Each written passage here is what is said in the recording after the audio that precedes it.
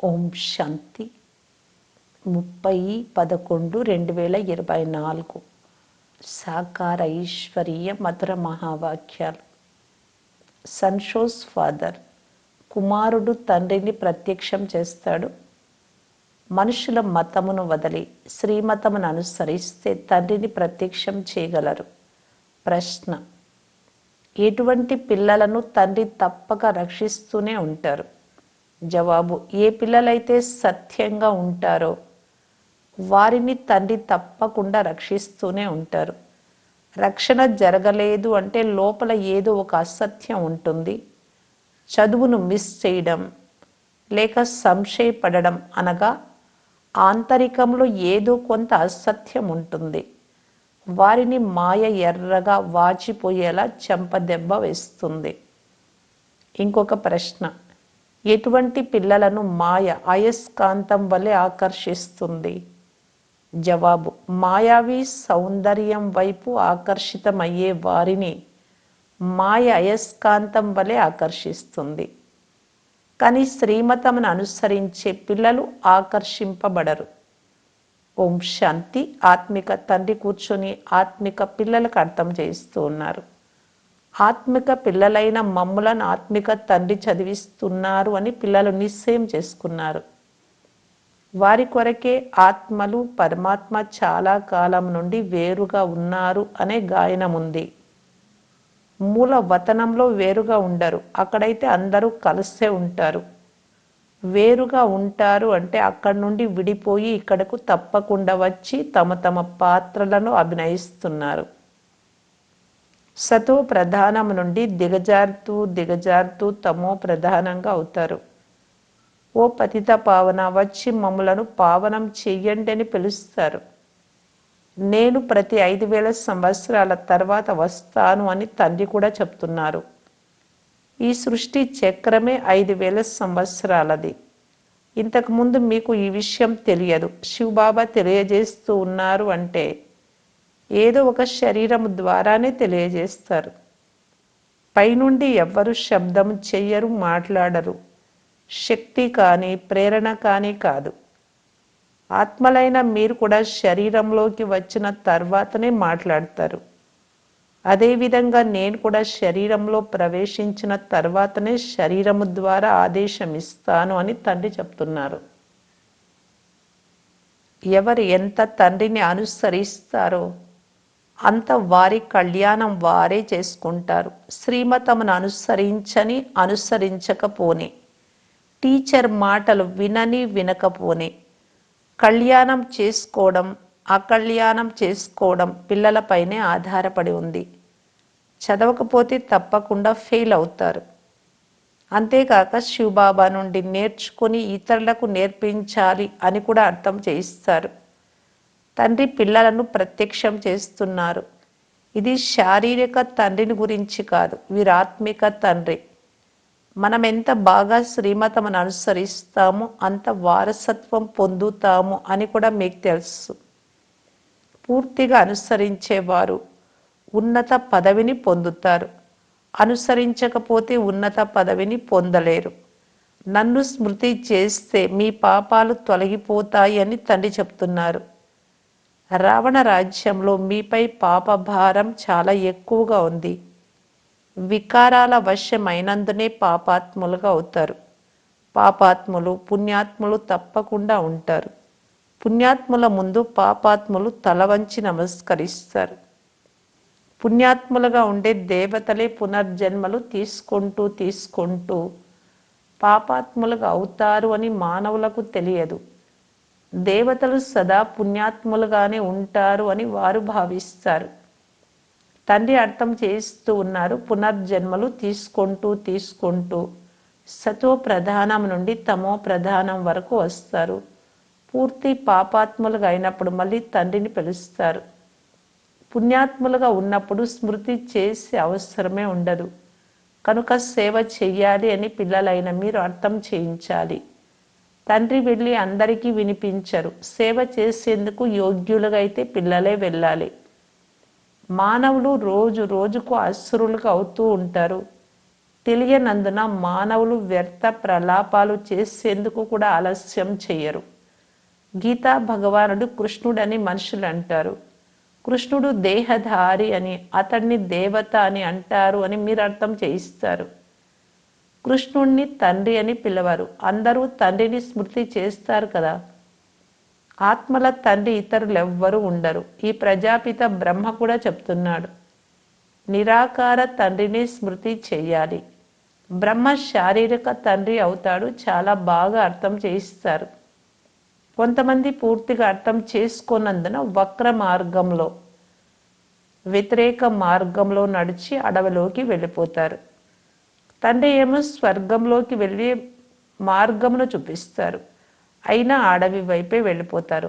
అడవి వైపు తీసుకెళ్లేవాడు రావణుడు అని తండ్రి తెలియజేస్తూ ఉన్నారు. మీరు మాయతో ఓడిపోతారు. మార్గము మర్చిపోయినందున అడవికి వెళ్ళి మీరు కూడా అడవి ముళ్ళుగా అవుతారు. వారు మళ్ళీ స్వర్గానికి ఆలస్యంగా వస్తారు. మీరు స్వర్గంలోకి వచ్చే పురుషార్థం చేసేందుకు ఇక్కడికి వచ్చారు. త్రేతాయుగమును కూడా స్వర్గం అని అనరు. 25% తగ్గిపోతుంది కదా. ఫెయిల్ అయిన వారి క్రింద లెక్కింపబడతారు త్రేతాయుగంలో వచ్చేవారు. మీరిక్కడకు పాత ప్రపంచాన్ని వదిలి నూతన ప్రపంచంలోకి వెళ్ళేందుకు వచ్చారు. త్రేతాయుగంలోని వారు పాస్ కాని వారి క్రింద లెక్కింపబడతారు. మీరు నరకవాసుల నుండి స్వర్గవాసులుగా అవుతారు, లేకుంటే పాస్ అవ్వలేదని అంటారు. ఆ చదువులు అయితే రెండవసారి చదువుతారు. ఇందులో రెండవసారి చదివే మాటే లేదు. కల్పక్రితం పాస్ అయిన వారే జన్మ జన్మాంతరాలు కల్పకల్పము పరీక్షలు పాస్ అవుతారు. ఈ డ్రామా రహస్యాన్ని బాగా అర్థం చేసుకోవాలి. మేము నడవలేము, మా వల్ల కాదు అని కొందరు భావిస్తారు. ముసలివారైతే వారిని చేయి పట్టుకొని నడిపిస్తే నడుస్తారు, లేకుంటే క్రింద పడిపోతారు. కానీ అదృష్టంలో లేకుంటే పుష్పాలుగా తయారు చెయ్యాలి అని ఎంత తీవ్రంగా ప్రయత్నించినా తయారు కారు. జిల్లేడు పూలు కూడా ఉన్నాయి, ముళ్ళైతే గుచ్చుకుంటాయి. తండ్రి ఎంతగానో అర్థం చేయిస్తూ ఉన్నారు. నిన్నటి వరకు ఏ శివుడిని మీరు పూజించేవారో ఆ శివుడే ఈరోజు వచ్చి మిమ్మలను చదివిస్తున్నారు. ప్రతి మాటలో పురుషార్థం చేసేందుకే ప్రాధాన్యత ఇవ్వబడుతుంది. మాయ మంచి మంచి పిల్లలను పుష్పాలలాగా ఉండే వారిని కూడా క్రింద పడేయడం చూస్తున్నారు. ఎముక ఎముక విరిచేస్తుంది, అంటే సంబంధాన్ని తుంచేస్తుంది. వారిని ద్రోహులని అంటారు.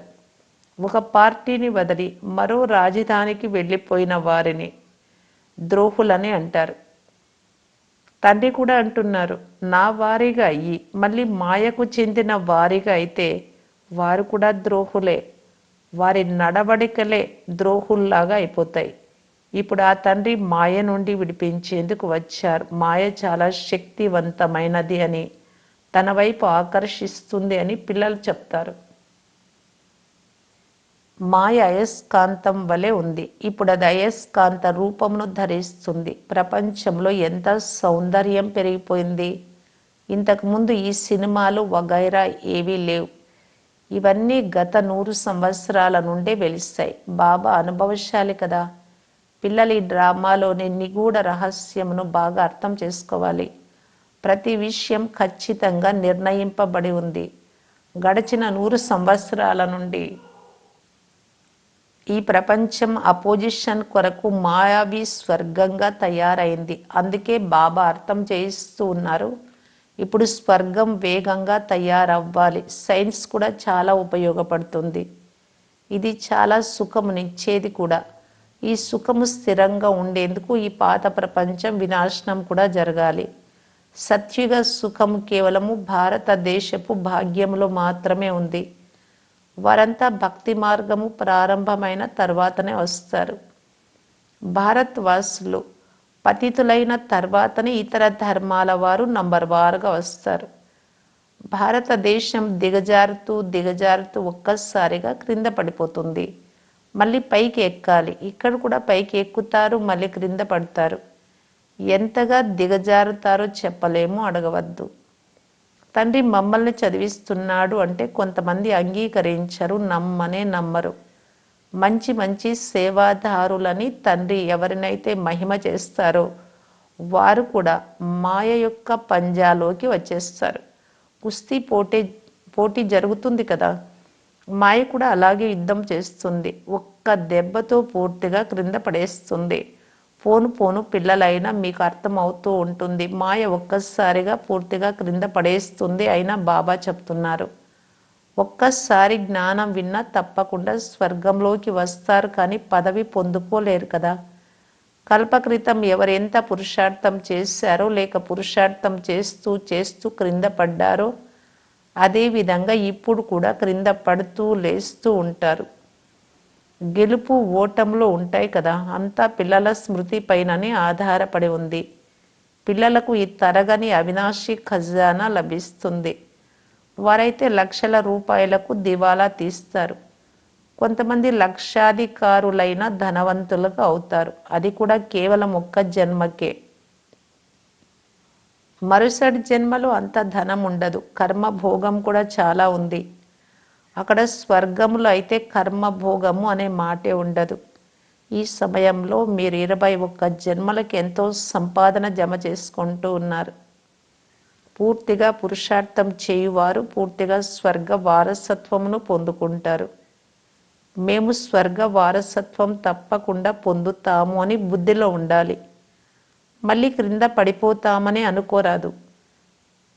ఇతడు అందరికంటే ఎక్కువగా క్రింద పడ్డాడు, ఇప్పుడు మళ్ళీ పైకి ఎక్కి తీరాలి. స్వతహాగా పురుషార్థం కూడా జరుగుతూ ఉంటుంది. మాయ ఎంత ప్రబలమైనదో గమనించమని అర్థం చేస్తూ ఉంటారు. మానవులలో పూర్తిగా అజ్ఞానం నిండుకొని ఉంది. అజ్ఞాన కారణంగా తండ్రిని కూడా సర్వవ్యాపి అని అంటారు. భారతదేశం ఎంతో ఫస్ట్ క్లాస్గా ఉండేది. దేవతలుగా ఉండే వారము అని, మళ్ళీ అలాగే అవుతున్నామని మీకు తెలుసు. పిల్లలైన మీకు తప్ప ఇతరులెవ్వరికీ ఈ దేవతలకి ఎంత మహిమ ఉందో తెలియదు. ఇప్పుడు జ్ఞాన సాగరులైన బేహద్దు తండ్రి వచ్చి మమ్ములను చదివిస్తున్నారు అని కూడా పిల్లలైన మీకు మాత్రమే తెలుసు. అయినా మాయ చాలా మందిని సంశయంలోకి తెస్తుంది.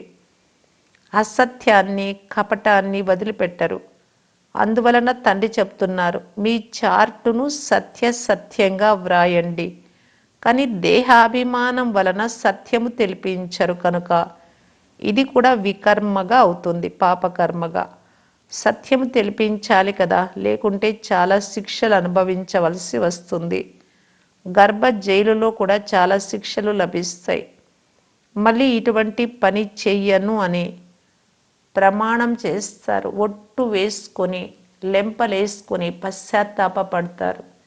ఎవరికైనా దెబ్బలు పడినప్పుడు కూడా ఇలా క్షమాపణ అడుగుతారు కదా. శిక్షలు లభించినప్పుడు కూడా అలాగే పశ్చాత్తాపడతారు. మాయా రాజ్యం ఎప్పటి నుండి మొదలైందో పిల్లలైన మీకు తెలుసు. పాపం చేస్తూ ఉంటారు. పిల్లలు లక్ష్మీనారాయణలాగా మధురాతి మధురంగా సున్నితంగా నమ్రతగా తయారవ్వడం లేదు అని తండ్రి గమనిస్తున్నారు. తండ్రి ఎంత సున్నితమైన వారు. చిన్న పిల్లల వలె ఎంతో సున్నితంగా నడుస్తున్నారు. ఎందుకంటే డ్రామా అనుసారం నడుస్తూ ఉంటారు. జరిగిపోయినదంతా డ్రామాలో నిశ్చయింపబడింది అని అంటారు. ఇక ముందు అలా జరగరాదు అని అర్థం చేస్తూ కూడా ఉంటారు. ఇక్కడ బాప్ దాదా ఇరువురు కలిసే ఉన్నారు కదా. దాదా మతము దాదాది, ఈశ్వరుడి మతం ఈశ్వరుడిది. మనకు సలహా ఇచ్చినది ఎవరో అర్థం చేసుకోవాలి. బ్రహ్మ కూడా తండ్రే. తండ్రి మాట ఏమో వినాలి కదా. బాబా ఏమో పెద్ద బాబా, గొప్ప తండ్రి. అందుకే ఈ బాబా శివబాబా చెప్తున్నారు అని భావించండి అంటారు బ్రహ్మబాబా. అలా భావించకుంటే పదవి కూడా పొందలేరు. డ్రామా ప్లాన్ అనుసారం తండ్రి కూడా ఉన్నారు, దాదా కూడా ఉన్నారు. తండ్రి శ్రీమతం లభిస్తుంది. మాయ ఎటువంటిది అంటే మహావీరులు పహిల్వానులతో కూడా ఏదో ఒక వికర్మ వ్యతిరేక కర్మ చేయిస్తుంది. తండ్రి శ్రీమతమును అనుసరించలేదు అని అర్థమైపోతుంది. నేను నా శ్రీమతం అనుసారంగా నడుస్తున్నాను అని స్వయం కూడా అర్థం చేసుకుంటారు. శ్రీమతం ఇచ్చే వారే ఇక్కడ వచ్చి ఉపస్థితులై ఉన్నారు. వారిది ఈశ్వరీయ మతం. తండ్రి స్వయంగా చెప్తున్నారు, ఒకవేళ అటువంటి మతం లభించినా సరిచేసేందుకు నేను కూర్చొని ఉన్నాను. అయినా నేను రథం తీసుకున్నాను కదా. నేను రథం తీసుకున్నప్పుడే ఇతడు బ్రహ్మ తిట్లు తిన్నాడు, లేకుంటే మునిపెప్పుడూ ఇతడు తిట్లు తినలేదు. నా కారణంగా ఎన్ని తిట్లు తింటున్నాడు. అందువలన ఇతడిని కూడా సంభాళించాల్సి వస్తుంది, ఓదార్చాలి. తండ్రి తప్పకుండా రక్షిస్తారు. తండ్రి పిల్లలను రక్షిస్తారు కదా. ఎంత సత్యంగా నడుచుకుంటారో అంత రక్షణ జరుగుతుంది. అసత్యంగా ఉన్న వారికి రక్షణ జరగదు. వారికి ఇంకా ఎక్కువ శిక్షలు స్థిరపడతాయి. అందుకే తండ్రి అర్థం చేయిస్తూ ఉన్నారు, మాయ ఒక్కసారిగా ముక్కు పట్టుకొని ఊపిరి ఆడకుండా చేసి సమాప్తం చేసేస్తుంది. పిల్లలు స్వయంగా మాయ తినేసినట్లు అనుభవం కూడా చేస్తారు. తర్వాత చదువు మానేస్తారు. తండ్రి చెప్తున్నారు, తప్పకుండా చదువుకోండి, చదివి తీరాలి, మంచిది. అయితే ఎక్కడ ఎవరిది దోషము, ఇందులో ఎవరు ఎలా చేస్తారు, భవిష్యత్తులో వారు అంతే పొందుతారు. ఎందుకంటే ఈ ప్రపంచం ఇప్పుడు పరివర్తన చెందుతూ ఉంది. మాయ ఎర్రగా వాచిపోయేటట్లు చెంపదెబ్బ వేస్తుంది. అప్పుడు ఈ ఖుషి ఉండదు. తర్వాత బాబా ఏమైందో ఏమో తెలియదు అని మొరపెట్టుకుంటూ బిగ్గరగా అరుస్తారు. యుద్ధ మైదానంలో ఎవ్వరూ దెబ్బలు కొట్టకుండా, క్రింద పడిపోకుండా జాగరూకతతో ఉండాలి. ఎక్కువ శక్తి కలిగిన వారు అవతలి వారిని క్రింద పడేస్తారు. మళ్ళీ రెండవ రోజు యుద్ధం ప్రకటిస్తారు. మాయతో జరిగే ఈ యుద్ధం చివరి వరకు జరుగుతూనే ఉంటుంది, క్రింద మీద అవుతూనే ఉంటుంది. చాలామంది సత్యము తెలిపించరు. బాబా ఏమంటారు, అగౌరవం పాలవుతామని భయపడతారు. ఎంతవరకు సత్యము చెప్పరో అంతవరకు ముందుకు వెళ్ళలేరు. సత్యము చెప్తేనే ఉన్నతమవుతారు. లోపల గుచ్చుకుంటూనే ఉంటుంది, ఇంకా వృద్ధి అవుతుంది. వారంతకు వారు సత్యం ఎప్పుడు చెప్పరు. ఎక్కడైనా ఇద్దరుంటే వీరు బాబాకు వినిపిస్తే అప్పుడు నేను కూడా వినిపిస్తాను అని అనుకుంటారు. మాయ చాలా శక్తివంతమైనది. వారి అదృష్టంలో అంత ఉన్నత పదవి లేకుంటే సర్జన్ వద్ద దాచిపెడతారు అని అర్థం చేసుకోబడుతుంది. దాచిపెడితే వ్యాధి నయం కాదు, ముదురుతూ వెళ్తుంది. ఎంత దాచిపెడతారో అంత క్రింద పడిపోతూనే ఉంటారు. భూతాలేమో అందరిలో ఉన్నాయి కదా. ఎంతవరకు కర్మాతీత స్థితి తయారవ్వదో అంతవరకు చెడు దృష్టి కూడా వదలదు. అన్నింటికంటే పెద్ద శత్రువు కామం. చాలామంది క్రింద పడిపోతారు. శివబాబా తప్ప ఏ ఇతర దేహదారిని స్మృతి చేయవద్దు అని బాబా పదే పదే అర్థం చేస్తూ ఉంటారు. కొంతమంది ఎంత పక్కాగా ఉన్నారు అంటే శివబాబా తప్ప వారికి ఎవ్వరూ గుర్తుకే రారు. పతివ్రత స్త్రీకి ఎప్పుడు చెడు బుద్ధి ఉండదు. అచ్చా, మధురాతి మధురమైన అపురూపమైన పిల్లలకు మాతా పిత బాప్ దాదాల ప్రియ స్మృతులు మరియు గుడ్ మార్నింగ్. ఆత్మిక పిల్లలకు ఆత్మిక తండ్రి నమస్తే. ధారణ కొరకు ముఖ్య సారం. ఫస్ట్ పాయింట్, మనలను చదివించేవారు స్వయం జ్ఞానసాగరులు, అనంతమైన తండ్రి. ఇందులో ఎప్పుడూ సంశయము రాకూడదు. అసత్యము కపటము వదిలి సత్యమైన చార్టునుంచాలి. దేహ అభిమానంలోకి వచ్చి ఎప్పుడు ద్రోహులుగా అవ్వరాదు. సెకండ్ పాయింట్, డ్రామాను బుద్ధిలో ఉంచుకొని తండ్రి సమానంగా చాలా చాలా మధురంగా, సున్నితంగా, నమ్రతగా తయారై ఉండాలి. ఎప్పుడు అహంకారాన్ని చూపించరాదు. మీ మతమును వదిలి తండ్రి మతమునే అనుసరించాలి. వరదానము, ఒక్క తండ్రి ప్రేమలో లౌలీనమై గమ్యానికి చేరుకునే సర్వ ఆకర్షణ ముక్తభవ.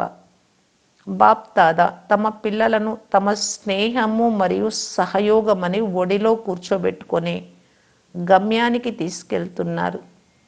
ఇది కష్టమైన మార్గము కాదు, కానీ ఎప్పుడైతే మీరు హైవేకి బదులు సందులలోకి వెళ్ళిపోతారో, లేక గమ్యం యొక్క గురి కంటే ఇంకా ముందుకు వెళ్ళిపోతారో, అప్పుడు తిరిగి రావడానికి చాలా శ్రమ చేయాల్సి వస్తుంది. శ్రమ నుండి రక్షించుకునే సాధన ఒక్కరి ప్రేమలోనే ఉండండి. ఒక్క తండ్రి ప్రేమలో లీనమై ఉండి ప్రతి కార్యము చేస్తే ఇతరమేది కనిపించదు. అన్ని ఆకర్షణల నుండి ముక్తులవుతారు. స్లోగన్: మీ భాగ్యం యొక్క అనుభవాన్ని మీ ముఖము మరియు నడవడిక ద్వారా చేయించండి. అవ్యక్త ఇషారా: స్వసేవ మరియు సర్వుల సేవ కంబైన్డ్ రూపంలో చేస్తూ సఫలత మూర్తిగా కావటానికి బాప్దాదా తెలియజేస్తూ ఉన్నారు. సేవలో సఫలతకు ముఖ్య సాధనం త్యాగము, తపస్సు. త్యాగి మరియు తపస్వి అనగా సదా బాబా యొక్క లగన్లో లౌలీన్ ప్రేమ సాగరుడిలో జ్ఞానము, ఆనందము, సుఖము, శాంతి సాగరంలో ఇముడి ఉండే వారికి చెప్తారు తపస్వీలు అని. ఇలాంటి త్యాగి తపస్వి పిల్లలు సదా తన సమయము, సంకల్పాలు, సంబంధ సంపర్కం అన్నింటినీ సఫలం చేసుకుంటూ అనగా సద్వినియోగం చేసుకుంటూ సఫలతా మూర్తిగా కాగలరు. ఓం శాంతి.